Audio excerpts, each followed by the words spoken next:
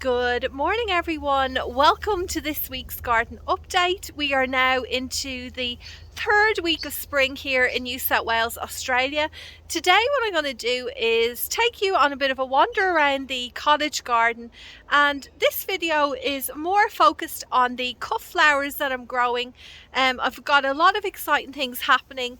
I will be chatting to you a little bit about how to extend the vase life of Icelandic poppies, or poppies in general for that matter, and yeah, we'll just have a lot of fun. Is it fun? I think it's fun. Thanks for watching everyone, let's get into it now. We just had a wonderful spring shower. I'm pretty happy about it because over the last few days I put a lot of seedlings in the ground, and I know that this rainwater will really help to settle them in. Speaking of rainwater, last year on my TikTok account I shared an interesting fact about it, which I'm sure many of you already know, but for those of you who don't, let's have a quick look at it now. Have you ever noticed that plants seem greener after rainfall? One reason for this is because when the rain falls, it brings with it nitrogen from the air. All of the leaves and the roots absorb it. This nitrogen helps the plants to produce chlorophyll, which gives the foliage its green appearance. And we end up with a lush, healthier garden.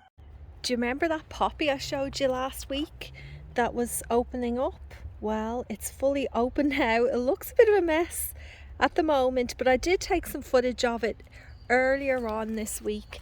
And how amazing is it that it's got this dual colour? This is actually something that I saw a couple of years ago in one of my zinnias, which I'll show you now. I believe it's a genetic mutation called Sinia. And if we're lucky enough to see, oh, look at the state. I mean, my nails are always filthy. I have been working a lot in the garden today. I know you guys don't mind. I'm trying to just open this up. Oh, it's hard to do it now because it's pretty old, but if you look at this petal in particular, see how right down the center it's divided into these two colors. I think it's pretty stunning. There's another poppy here, it looks like it's a pink one, that is about to burst open. You know what, I don't normally do this, but I'm going to give it a bit of a hand and try and pull off the top. Let's see if this works. Maybe it's not a good idea, but I feel like she needs a little bit of help. You know what that reminded me of? You know when you're germinating seeds and sometimes the seed coat gets stuck on the first two set of leaves, and you just give it a little pinch, help it, remove it, nudge that little seedling along on its growing journey. I can't wait to see this beauty open. But if you're growing poppies as a cut flower, or you want to give them away as a gift, what you do is you harvest them when they're still at the bud stage. Well, actually there's one here that's quite perfect to show you. So you pick them when they've just started to crack open. You can just see a glimpse of the petals, and you come in, give them a cut down here at the bottom, and they will continue to open up in the vase. I guess so, if you're giving a bunch of poppies to your friend, you don't want to really be giving them all at this stage because there's not much colour going on, is there? So you can always just give a few that have opened up and a few that are closed like this, and that will really help to extend the vase life, because the ones that are already opened, the petals, as we all know with poppies, they fall off pretty quickly. So they'll probably be, falling off to your kitchen table in a couple of days. But with these ones here, they will last a bit longer. And there are another couple of tips to extend the vase life. A lot of people like to sear the ends of the poppy stem. They either dunk it into a bucket of boiling water for a couple of seconds, or they get something hot like a flame and put it over here. And what this searing does is it prevents the sap from leaching out, and it's the sap that's retained in the stem which will keep it nice and moist, enabling this poppy to last up to about 5 days. I've been doing a bit of work in the bed across from that one. You can see here there's a big pile of greens. I need to bring these inside minus the grass, and other little weeds. What these are here are actual immature carrots, which I have been thinning out from this carrot bed. Even though I've just done them, I could probably come through again and thin them out a bit more, but at least it's a start. Like, there's one there. Look at that little baby carrot, so tiny. And the thing is, after you pull out carrots, well, in my experience, I find they look a bit sad. They kind of flop all over the place. Usually they're all up nice and straight, but I think from poking around in there, it's just disturbed them a little bit, just their tops. But you know what? This is nothing to worry about. They will bounce back. Give it a couple of days and they'll be nice and perky again. I showed you a few garden firsts last week, and there are more today. These are beautiful calendula flowers. There's a few of these Dutch irises. This is what they look like before they open. And like the poppies, the best time to harvest Dutch irises is at this stage when they start to show a bit of their blue colour. Like this one here, I could pick two if I was making a little flower arrangement to give away to a friend. I've come back under the shade of the orange tree. I had another thought that I wanted to share with you. So like those couple of flowers I've just shown you, where you harvest them when they're still closed, if you're, you know, giving them away as a gift or selling them as cut flowers, there's many more annual flowers that are like that as well, like annual cut flowers. I'm thinking sunflowers, for example. You don't harvest them when they're fully blown open. If you want to really make them last in the vase, you pick them when I think they're about a quarter open or just starting to unravel their petals. And I think that's why when a lot of people visit a flower farm, it's not as colourful as they expect it to be, because those farmers are cutting the flowers before you can see the colour. I mean, there are exceptions, aren't there? There's like Sinias and dahlias. I mean, you just see the colour with them. You pick them when they are open or almost fully open, in the case of the dahlias. So you will get that mass rainbow effect. But otherwise, with a lot of other flowers, even I'm just thinking lilies as well, or gladiolus, I mean, you're just not going to get that wow factor. Sorry, I went on a bit of a tangent about flower farms. You know, in a garden it doesn't really matter. You let all those blooms burst open and you enjoy the colour, especially when, you know, you're going on your garden wanders with your morning coffee. You just take it all in and, you know, be grateful for the beautiful display nature has given you. It was here in these back beds that I put in some of those seedlings I had growing in the greenhouse. So this was a bit of an experiment for me this year. These are some radiance sunflowers. I've got, what, 6 or 7 of them here, and usually I would never put sunflowers in this early, but you know what, I thought, why not? If I can get sunflowers earlier this year than usual, I mean, wouldn't that be a good reward for, you know, putting that extra effort in during winter? And for these to go in, I had to pull this plant out, but I've left it here in the pathway because the bees are still coming and, you know, getting some food from it. This was the brassica or Asian green. I was never quite sure what it was, but interestingly, maybe some of you can help. This is its root. It's quite bulbous, isn't it? Do you think maybe that was some kind of Japanese turnip? Oh, I don't know what it was. In this bed I have some of these which are called, I am forever forgetting their name. I just get a mind blank, but I just checked it up. They're called drumstick scabiosa. Today I finally finished planting out these long beds. It has taken weeks and weeks of work just doing it little by little. I still need to give the area a good tidy up. There's a lot of stuff everywhere, especially over here in this section, but my main focus was just getting my seedlings into the beds.